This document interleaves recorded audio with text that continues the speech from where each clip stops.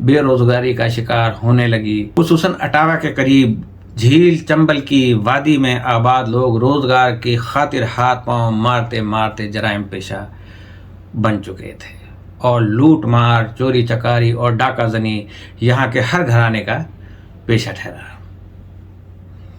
اپنے ہی گھر کو کون لوٹتا تھا؟ اس خیال سے یہ لوگ اپنی بستیوں سے نکل کر راہگیروں پر ٹوٹ پڑتے اور خاک اڑاتی ان قدیم سڑکوں پر مسافروں کے مال پر ہاتھ صاف کرتے تھے۔ سچ تو یہ ہے کہ ہندوستان میں لوٹ مار کی داستانیں بہت دور تک جاتی ہیں۔ حضرت عیسیٰ علیہ السلام کے 1000 سال پہلے جو وید لکھے گئے ان میں ایک ایسے دیوتا کا ذکر بھی ہے کہ جو لٹیرا اور رہزنوں کا روحانی پیشوا تھا۔ مشہور چینی سیاح یما تسانگ نے 7ویں صدی کے دوران ہندوستان میں 15 برس گزارے اور دریائی قزاقوں کے ہاتھوں مرتے مرتے بچا۔ قزاق جو ہے وہ سمندروں کے ڈاکو کہلاتے ہیں۔ مغل دور کے عروج کے دنوں میں بھی راستے محفوظ نہیں تھے۔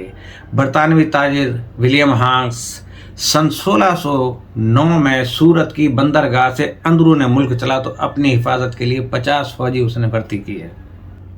چند برس بعد نکولس وتھنگٹن آگرہ کی جانب چلا تو محافظوں کی سپاہ بھرتی کر کے ساتھ لے کے چلا۔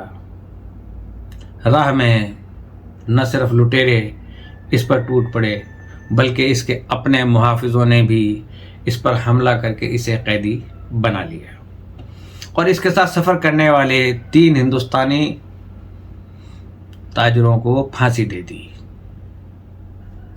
سن 1700 کا مشہور واقعہ ہے کہ جب ایک فوجی دستے کے ساتھ چلنے والے ایک بڑے مغل کاروان کو دہلی سے صرف 60 میل دور گاجر مولی کی طرح یوں کاٹا گیا کہ ایک شخص بھی نہ بچ سکا۔ 18ویں صدی کے وسط تک پورے ہندوستان میں ڈاکوؤں نے زور پکڑ لیا۔ ان کے گروہ مالداروں کے گھروں پر دھاوا بول کر سب کچھ لوٹ لیا کرتے تھے۔ 1818 میں تو 80 ڈاکوؤں کے ایک غول نے شہر لکھنؤ کے ذرا باہر ایک قلعے پر حلہ بولا اور 30 فوجیوں کو شکست دے کر 6500 روپے کا خزانہ لوٹ لیا۔ واپسی میں یہ لوگ تتر بتر ہو جاتے تھے اور پھر دور دور تک کوئی غول نظر نہیں آتا تھا۔ بعد میں سب کسی طے کی ہوئی جگہ پر اکٹھے ہو کر لوٹا ہوا مال و اسباب آپس میں تقسیم کیا کرتے تھے۔ مقصد یہی تھا کہ پکڑے نہ جائیں۔ ڈکیتی میں سب سے بڑی یہ کشش تھی کہ یہ دولت آسانی سے ہاتھ آ جاتی تھی۔ کھیتی باڑی کی مشقت اور اذیت کے مقابلے میں ڈکیتی بڑی سہولت سے پورے کنبوں کے پیٹ پال سکتی تھی۔ مغلوں کے عروج تک یہی صورتحال رہی، مگر مرہٹوں کی لڑائیوں کے بعد تو اس نے اور زور پکڑا۔ خصوصاً 2 آب کے علاقے اور وسطی ہند میں حکام کمزور تھے، پولیس کا وجود نہیں تھا، کسان فاقے کر رہے تھے اور لٹیرے چمبل کی گھاٹیوں میں دندناتے پھرتے تھے۔ 18ویں صدی کے شروع تک سڑکیں محفوظ تھیں اور بقول شخص سے لوگ سونا اچھالتے ہوئے چلتے تھے، دولت مند پالکیوں پر بیٹھ کر جاتے تھے، حالانکہ اس کا کرایہ بہت زیادہ 1 روپیہ فی میل ہوا کرتا تھا۔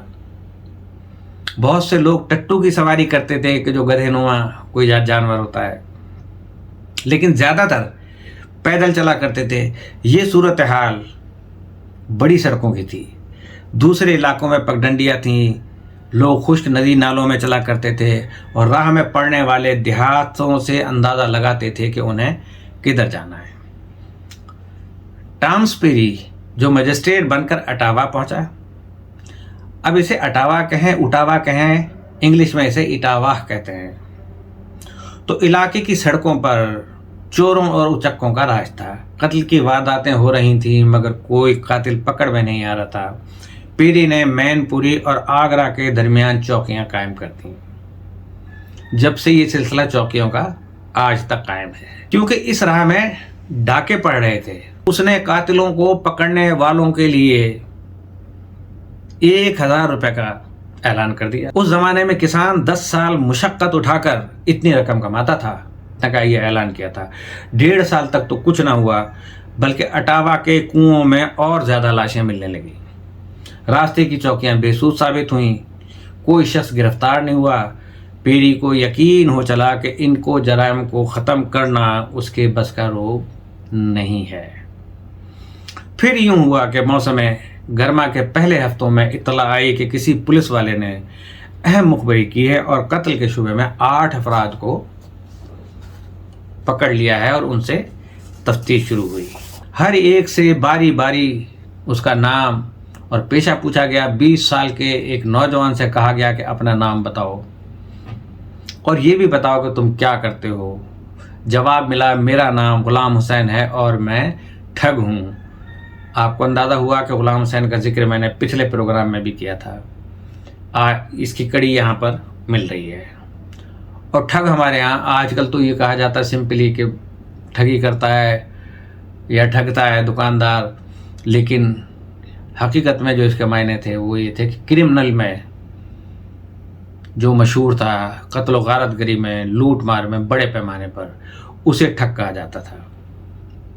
تو مجسٹریٹ نے اپنی تفتیش کے بعد لکھا کہ برطانیہ کی پوری عملداری میں کہیں بھی اس طرح کا جرم نہیں ہوتا ہوگا۔ سچ تو یہ ہے کہ اس سے پہلے کسی کو احساس تک نہ تھا کہ اتنے عرصے میں اس شقاوت اور بے رحمی کا ارتکاب جاری ہے۔